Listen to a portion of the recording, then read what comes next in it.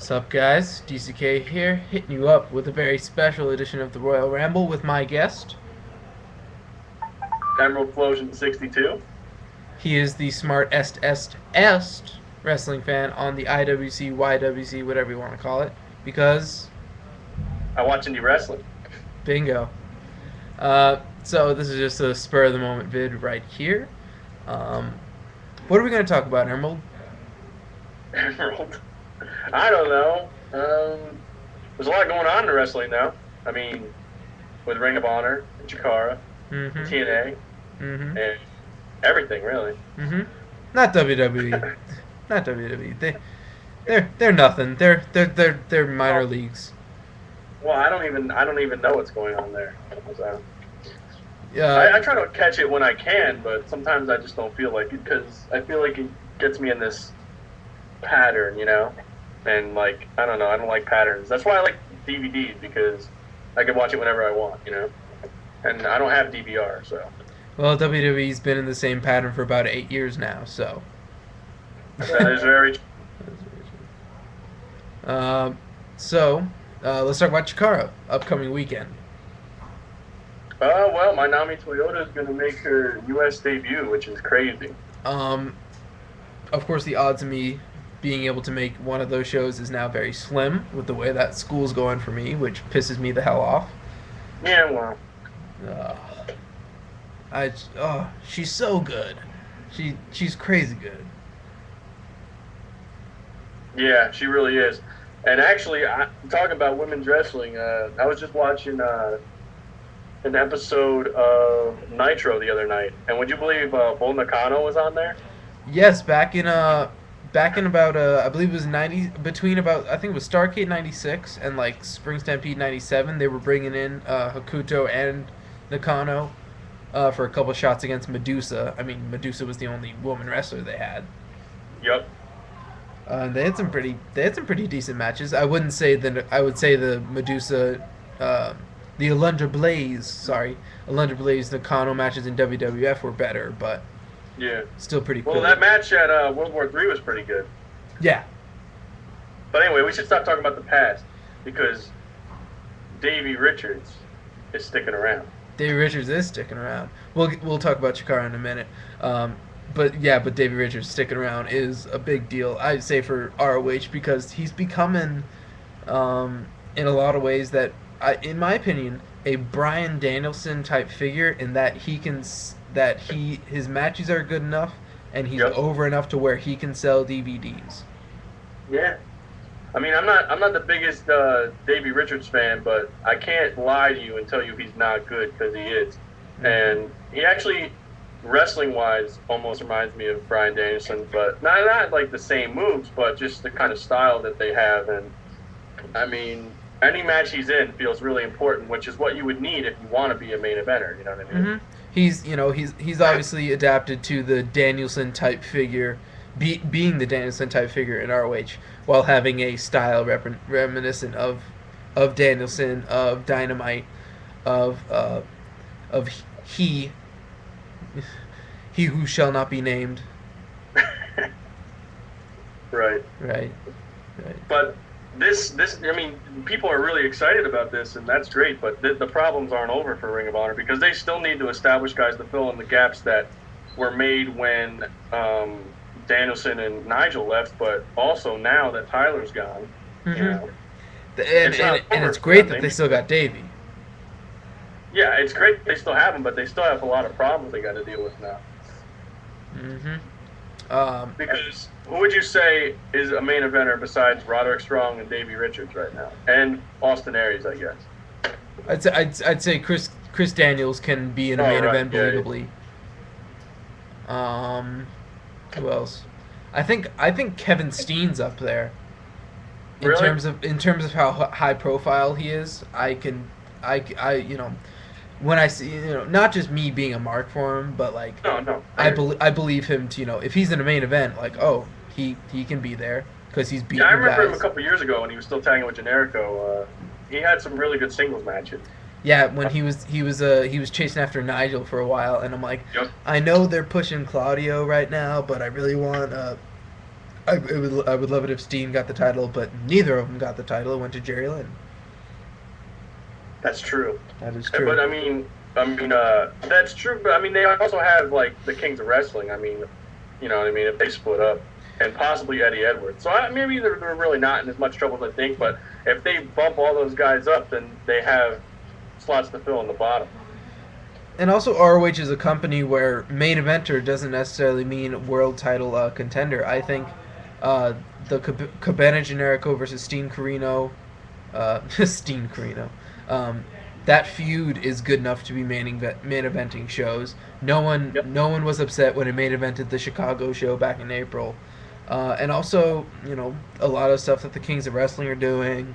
Their stuff with the Briscoes has been great. No one's messing with that. I feel that the tag division in ROH isn't as good as it could or should be right now because the Briscoes have done it all, and they really need to have someone else in place of the Briscoes. And the All Night Express could be something, but they haven't. I don't think they're as behind them as they should be. Yeah, it kind of feels like they're not very confident in them because, and at least what I've been witnessing, and I'm not the hugest Ring of Honor fan, everybody knows that, but they're usually in like opening matches or lower on the card, you know what I mean? Yep, exactly. They are two talented guys. Yeah. I mean, Rhett's definitely improving.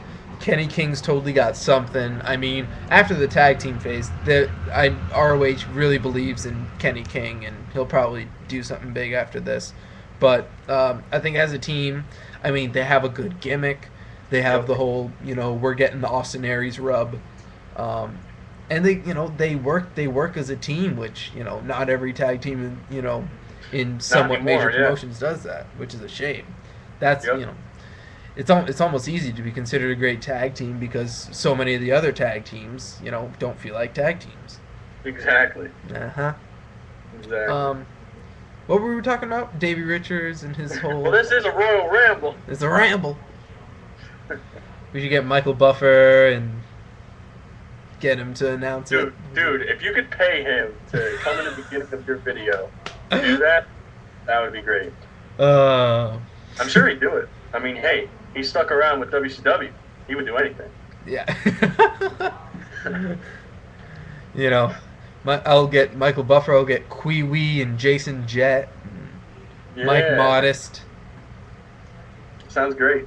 Hey, in like late 2000, the cruiserweights were starting to get good again, and then company closed. They even had a guy named Air Styles. Ooh, that sounds familiar. Yeah. Just further enforcing the fact that TNA was a continuation of WCW. Right. Mm-hmm. But hey, I've been watching a lot of WCW lately. Impact is not half as good as the lower card stuff on Nitros and even Thunder. Honestly, you have to actually watch it to believe it. It's kind of sad. I mean, that wrestling was that high quality, and people forget it and now crap on WCW all the time because of, you know, what WCW would later become a booking mess. But, you know, people forget how good it really was because I did. I definitely did. But if you go by pay-per-view, like, I would say the TV product was still pretty cool in like '99. I think in '99 they were putting on some really bad pay-per-views. Yeah, yeah, that's true. And 2000... And they had really bad finishes, too. I mean, to their big matches. And people are just like, oh, Russo came in and ruined everything. They were putting on bad pay-per-views before Russo came in. If anything, Russo hurt the TV product. Yeah, I don't really know what happened with that, but... Viagra on a pole! Like, even in... right. But even in 98... I mean, they were still pretty good. I mean, so I don't really know what happened, but I really don't care. I mean, it's over now. I mean, the mid-card in 98 was fan-freaking-tastic, dude. Oh, yeah. And then you also had, I don't even know. It's WCW. No one really knows what happened. So, let's get back to Chikara before... We got about 5 minutes left. Oh, my God. It goes by fast. I know. My video by slow. So what we got? We got Manami Toyota on night 1. She is facing. She's all right. She's okay. Yeah. On night 1, Well, she is facing. she's facing Daisy Hayes. Yes, she is, and that's gonna be ballin'. That's gonna be really Yeah, cool. it should be a competitive match, but I really hope Toyota kills her. Like, I hope Toyota gives her a taste of Daisy a taste of her own medicine with like a sick German or something. Yeah, like Germans, shotgun drop kicks, ocean suplexes. Oh. Off the top, onto the floor, you know. Oh, those drop kicks to the outside were beautiful. So yeah, good. I love those. I love those front drop kicks. Nobody does. Not a lot of people do them anymore. And then on night 2, where will she be on night 2? She'll be in Brooklyn. And With she'll be alongside Mike Quackenbush going against Claudio Castagnoli and Sarah Del Rey. Now this should be really, really good. I mean, all you people that just ordered the Young Lions Cup, because I know you did, actually Quack and Jigsaw put on a pretty nice match with Daisy. Oh my God, dude! Can we edit this? No, I'm not editing it. I never do. Oh my God, I hate you. Daisy Hayes and Sarah Del Rey. Yeah. They actually put on a good match. So what I'm trying to say is that I know Quack can work pretty good with women, and I know Claudio can work with anybody. So this match should be really, really good. I love Claudio and Quack's chemistry. I love Claudio against any smaller, quick guy. He makes any lucha guy, no matter how loose and how sloppy they are, ask El Oriental, look really, really good. I mean, because Oriental is good, but he's a little sloppy. But Claudio made him look really good in that match in King of Trios. So, but yeah, Claudio makes any smaller guy look golden. Any guy look good, really. I mean, even the bigger guys. But and both cards look really good too. Mm-hmm. Oh, we have Bruder Shaft versus 3.0, which is, could it happen? Is it going to happen? My prediction is that it's not going to happen. But what is going to happen is that if you remember, if you're following Chikara, the BDK haven't lost a single fall yet. I think 3.0 is going to be the first team to get them down to one fall. Oh yeah, they didn't lose a fall to the Colony. They didn't lose a fall to Incoherence. They didn't lose one to Futures now. Yeah, they haven't lost a single fall. And I think it's going to happen with 3.0. Something just tells me. And they had a really nice setup in the Countdown Showdown Royal Rumble to WWE fans, where Shane Matthews and Scott Jagged Parker eliminated Claudio's in Countdown Showdown. So that's kind of a good setup for it. Yeah. So. And then I think, what was it, Claudio messed up and got one of them, Claudio from the outside got one of them eliminated or something like that? Yeah, like held on to one of them or something. Yep. But, perfect. Anyway. Perfect booking. Yeah. Thank you, Quack. We love you. Yeah, we do. We could just spend 15 minutes talking about how much we love Quack. I could do that. Yeah.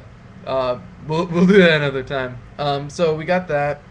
And then there's TNA still sucks, so What? I'm just kidding. It's all right. It's getting better actually. What are we talking about? How TNA sucks, but it's actually getting better. And you and I were just talking about this before I hit record. The freaking you saw the Angle Hardy match from No Surrender, right? Yeah, I did. Jesus Christ.